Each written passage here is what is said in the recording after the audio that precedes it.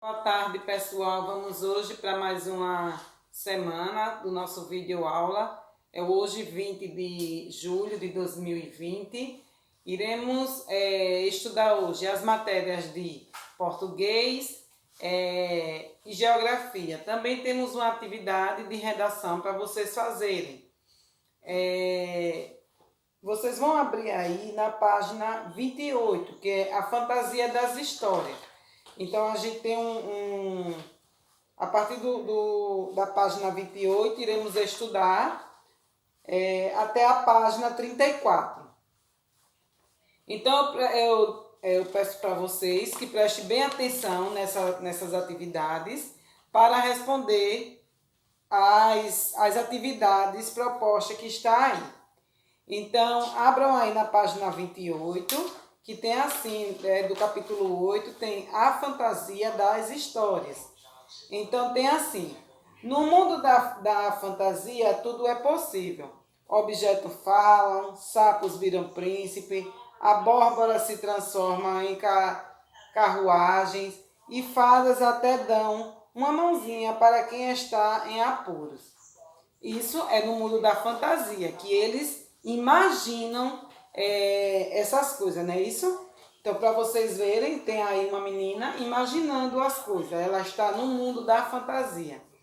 Então, na página 29 tem assim: qual é a sua história preferida? A sua história de fantasia preferida? Na letra B, de qual elemento do mundo da fantasia você mais gosta de sua história preferida? Aí na página 30 temos uma leitura, que hoje iremos estudar sobre a entrevista, na matéria de português sobre a entrevista. Então a entrevista é um texto que apresenta perguntas e respostas sobre determinado assunto. Você pode encontrar entrevistas em jornais, revistas e na internet, mas também pode ver ou escutar uma entrevista na televisão ou na rádio. Entrevista, como vocês, não sei se vocês já conhecem, mas a entrevista é aquela pessoa, exemplo, eu estou aqui e eu estou entrevistando uma pessoa, e aí eu estou fazendo as perguntas para aquela pessoa que eu estou entrevistando me dizer as respostas. Como já foi falado, pode ser em jornais, revista, internet, em rádio também, e também pessoalmente também pode-se fazer uma entrevista. Existem várias entrevistas, existe entrevista de trabalho, quando uma pessoa quer arrumar algum emprego, aí tem a entrevista, que isso aí acontece, na maioria das vezes é pessoal. Também existe entrevista de atores, de atrizes e entre outras coisas. Vocês vejam aí na página 30, vão acompanhando aí, que eu vou lendo e preste bem atenção para responder às atividades. Tem assim, início de conversa. No final de algumas histórias, os personagens vivem felizes para sempre. E depois que a história acaba, o que será que acontece? Quais histórias você conhece em que os personagens vivem felizes para sempre no final? Você acredita que os personagens dessa história realmente vivem felizes para sempre? Por quê? Comente com seus colegas. Então tem aí, leia a entrevista a seguir e descubra o que o escritor Antônio Prata fez para ajudar esse personagem após o fim das histórias. E tem assim, felicidade cansa? Então o escritor imagina que acontece depois do felizes para sempre. Certa manhã, o escritor Antônio Prata recebeu uma visita inesperada. Princesas, caçadores e anões surgiram em seu apartamento com um pedido fantástico: ajudá-los a não serem mais felizes para sempre. Para isso, ele precisava inventar histórias que acontecessem depois do fim dos livros. Quando tudo virava um tédio só, Esse encontro e as tais histórias inventadas por Prata está no divertido livro Felizes Quase Sempre, ilustrado por Learte, cartunista da Folha. Em sua primeira obra para crianças, o autor mostra que uma vida perfeitinha, sem nenhum tropeção, pode ser bem chata. Confira a seguir trecho do bate-papo com o escritor que é colunista da Folha, com a Folhinha. Na página 31 tem aí, Folhinha, como surgiu a ideia desse livro? Antônio Prata, quando era criança, imaginava o que acontecia depois do fim das histórias, para onde iam todos aqueles personagens. Esse foi o meu ponto de partida para escrever o livro. Tem algum conto de fadas preferido?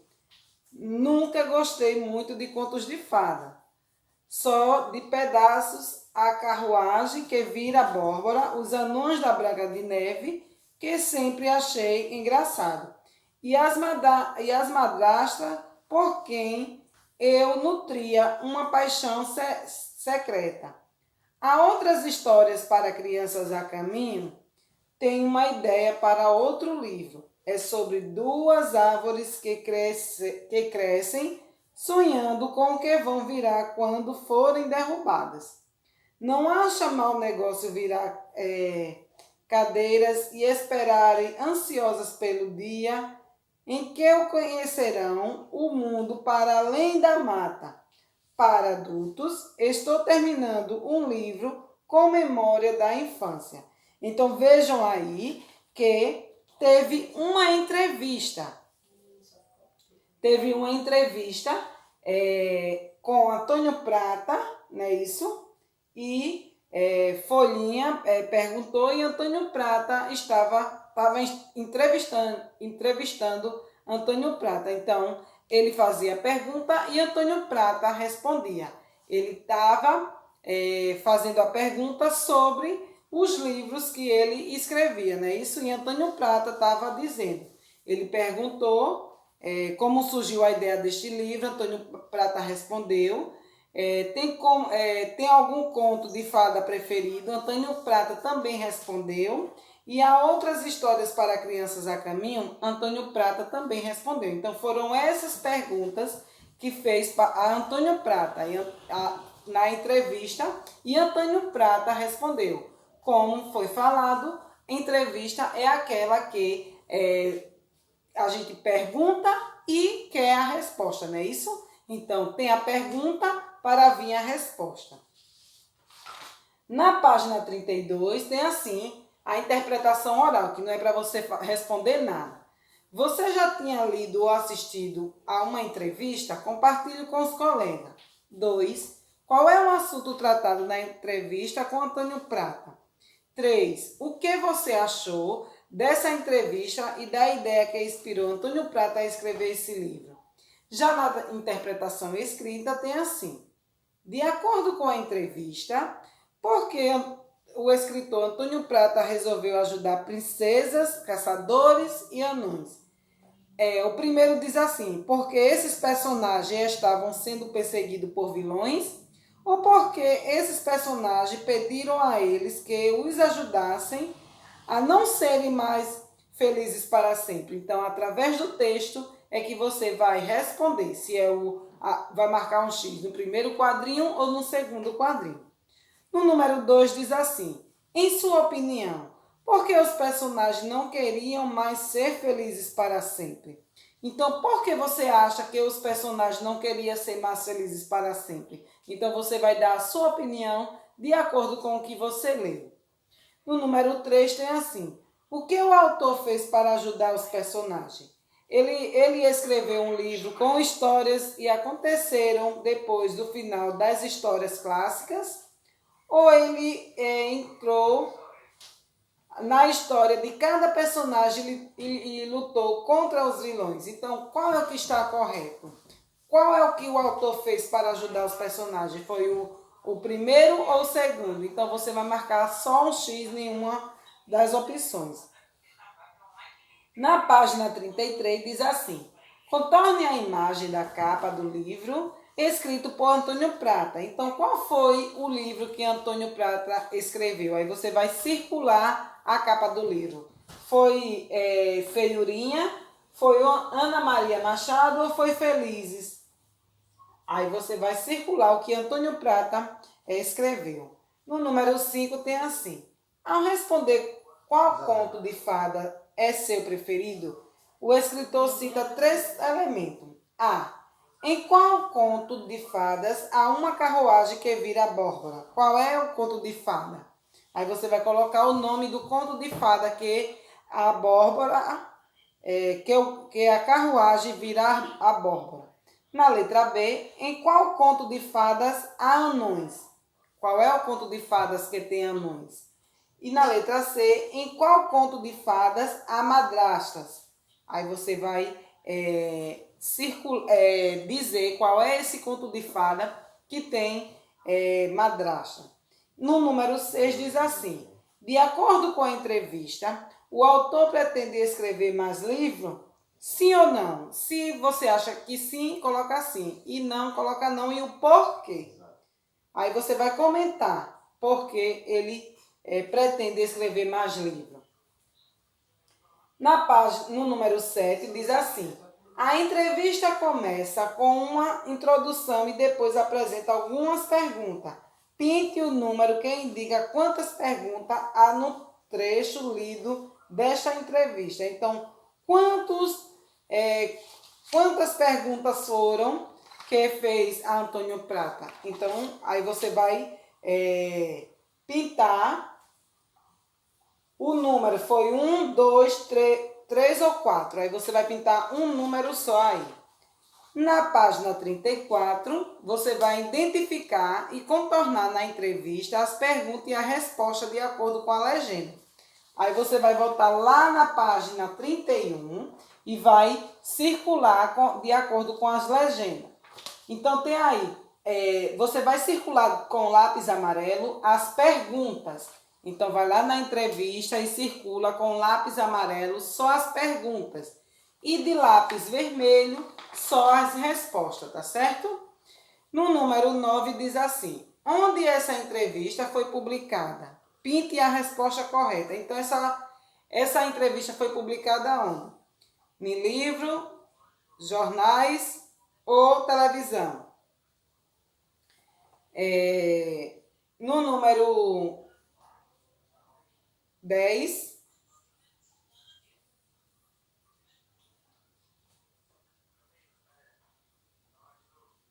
diz assim: qual é o público-alvo dessa entrevista? Ou seja, para quem ela foi escrita? E justifica a sua resposta. Então, o público-alvo foi para quê? Para criança, para infanto-juvenil, para adulto? Foi para quem? E justifica a sua resposta.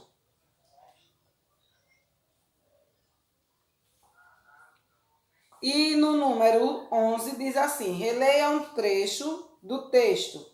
Confira a seguir trecho de bate-papo com o escritor que é colunista da Folha, com a folhinha. Aí diz assim: o que a expressão bate-papo significa? Significa o quê? Leitura. Significa conversa ou significa música? Aí você vai marcar um X em uma dessas respostas aí. Leitura, conversas ou música. O que é que bate-papo significa? Tá certo? Então, essa é a nossa atividade de português. Iremos ficar até a página 34. Então, já que a gente está falando sobre entrevista, o que é que vocês vão fazer na matéria de redação? Você vai entrevistar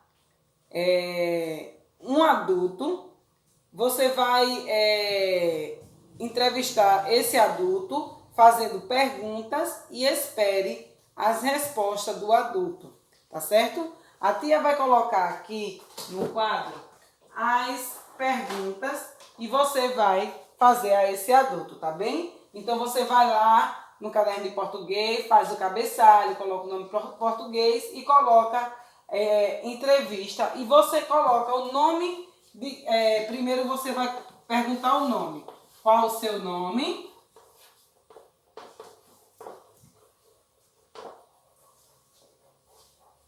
Primeiro pergunta qual o seu nome.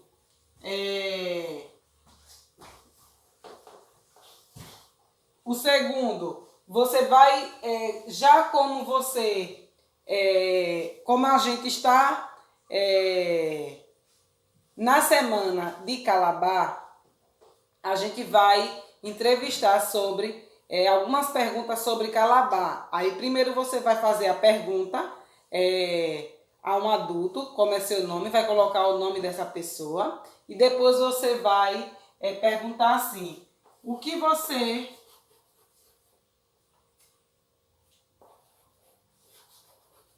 acha sobre Calabar?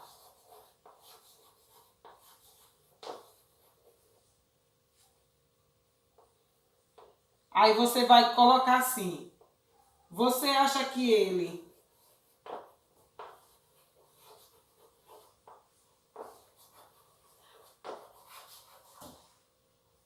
foi herói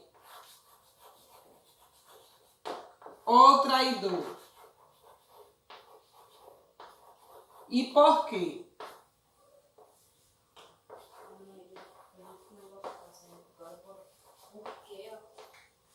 Então você vai entrevistar uma pessoa, preste bem atenção.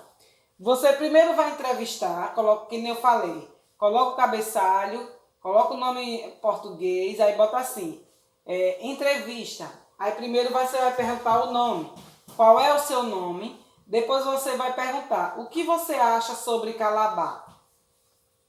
Você acha que ele foi herói ou traidor? E por quê? Se a pessoa responder que acha que foi herói, aí você pergunta por quê. E se a pessoa dizer que ele foi traidor, também você pergunta o porquê, tá certo? Essa é a nossa atividade de redação, tá bem? Que vocês vão fazer. Então tá aí para vocês visualizarem bem. Tá certo? Faça essa pergunta, essa entrevista a um adulto, tá bem? E iremos ficar com a matéria de português, português e redação. Agora vamos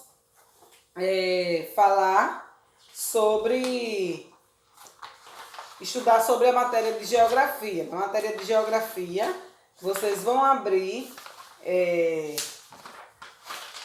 o módulo aí na página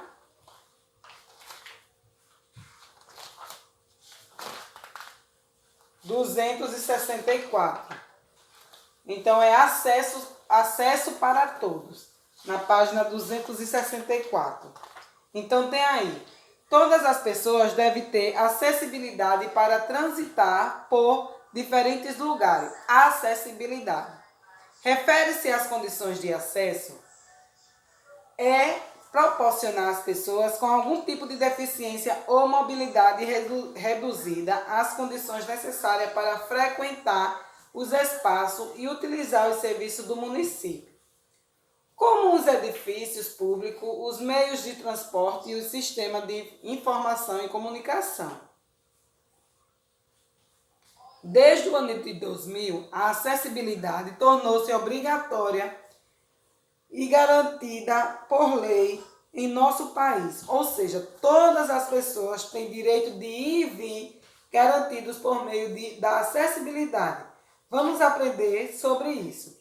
Então, como vocês têm alguns ônibus que têm o acesso a essas pessoas, também é obrigatório ter rampas, não é isso? Para as pessoas com tipos de deficiência, com acessibilidade. Então, todos eles têm direito de ir e vir também, como uma pessoa normal, tem todos os direitos. Então, nas calçadas, é por isso que as calçadas elas sempre tem que estar em condições perfeitas por conta dessas pessoas que têm acessibilidade de transitar nos cantos. Então, se tem uma calçada com defeito, quebrado, alguma coisa, vai prejudicar essas pessoas, essas pessoas não vão transitar naquela calçada devido a esses buracos que tem, e fica difícil para elas transitar, porque como pessoas com deficiência visual, né, isso, como é que ela vai transitar por uma calçada toda quebrada, cheia de buraco, a mesma coisa no asfalto, tá bem? Então vejam aí, os pisos táteis são feitos em alto relevo para serem perceptíveis pelo tato ou pelos pés, por meio das bengalas. Então isso aí é para quem tem deficiência visual, que é aqueles pisos táteis, que é que nem de borracha. Não sei se vocês já perceberam, mas em algumas embalagens de alguns produtos vem aquelas meio áspero, também para pessoas que têm deficiência visual. Vimos em caixas de perfume, de remédio, entre outros, para essas pessoas saberem ler o que está escrito. Eles passam a mão ali, eles sabem o que é que estão lendo sobre aquele determinado produto, tá certo? Então, algumas praças, calçadas e estabelecimentos possuem em sua estrutura rampas e acesso para as pessoas em cadeiras de roda ou para pessoas com mobilidade reduzida. Conforme mostrado na fotografia ao lado, em alguns ônibus de transporte público existe espaço reservado a essas pessoas, bem como elevadores que possibilitam seu deslocamento. Em alguns ônibus é obrigatório ter também, porque é um elevador. Aí baixa, a pessoa que é cadeirante sobe na cadeira, e tem um espaço dele no ônibus ali para ele poder transitar em sua cadeira de rodas, tá certo? Também assim como rampas, tem que ter rampas. Como é que um cadeirante vai subir em uma calçada, vai subir em um determinado lugar, se não tem rampas? Então, fica difícil dessa pessoa se mobilizar se não tiver esses acessos. Então, tem que ter os acessos de cadeirantes, tem que ter os acessos de pessoas com deficiências visuais, que tem que ter piso táteis, como foi falado aí. E, como eu já falei, todos eles têm direito de ir e vir, ou seja, tem direito a mesma coisa que uma pessoa normal tem, essas pessoas também têm o mesmo direito. Na página 265, tem alguns lugares como agências bancárias, aeroportos, cinemas e teatros, que possuem assentos reservados para pessoas de mobilidade reduzida, como na fotografia ao lado, que mostra a área de embarque de um aeroporto. Então vejam que está marcado, vejam que tem está marcado. Então essas cadeiras são para pessoas com deficiências,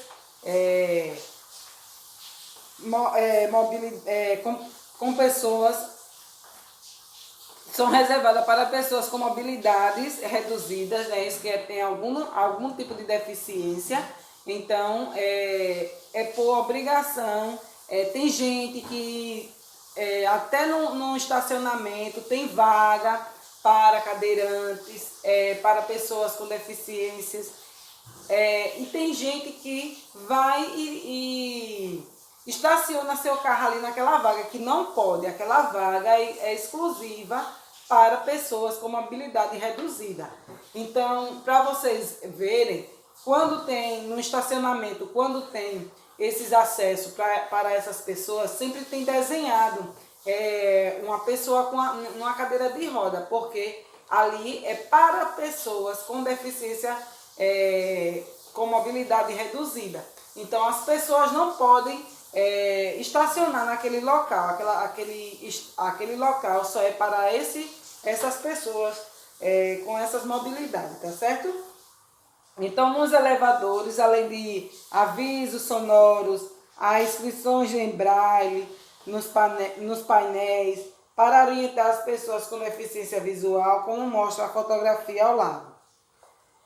Algumas reuniões, eventos públicos e programas de televisão apresentam a tradução do que é falado em línguas, como mostra na fotografia ao lado. Então, aparece muito em TV as pessoas falando e tem lá uma pessoa do lado interpretando o que a pessoa está passando, para que essas pessoas com deficiência, com esse tipo de deficiência, ele possa entender o que é que está transmitindo ali, porque ele está fazendo o gesto do que a pessoa está falando, e aquela pessoa que tem esse tipo de deficiência, que se chama em Libras, ali ele vai entender o que está querendo transmitir.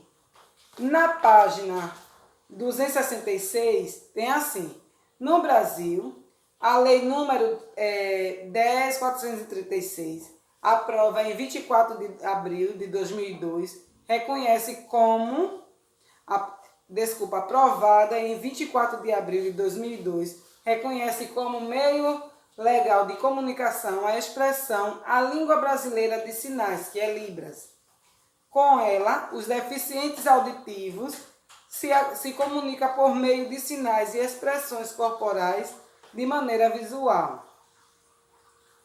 Aí tem atividade para vocês responderem. No número 1 diz assim: observe as fotografias a seguir e depois faça uma pesquisa para descobrir o significado dos símbolos retratados em cada uma delas. Então você olha a primeira fotografia e a segunda fotografia, faça uma pesquisa com a ajuda de um adulto e vejam o que é que significa a primeira fotografia e o significado da segunda fotografia, tá certo? Então, por hoje iremos ficar por aqui com o nosso vídeo aula. Espero vocês logo mais às 15 horas, às 3 horas da tarde, para tirada de dúvidas e correção das atividades de hoje, tá certo? Então, tchau, tenham uma boa aula e responda as atividades, lembrando que deixem aquela só que você estiver com dúvida, é que você deixa para fazer a pergunta. E às 3 horas da tarde iremos para a nossa correção, tá bem? Espero vocês logo, logo.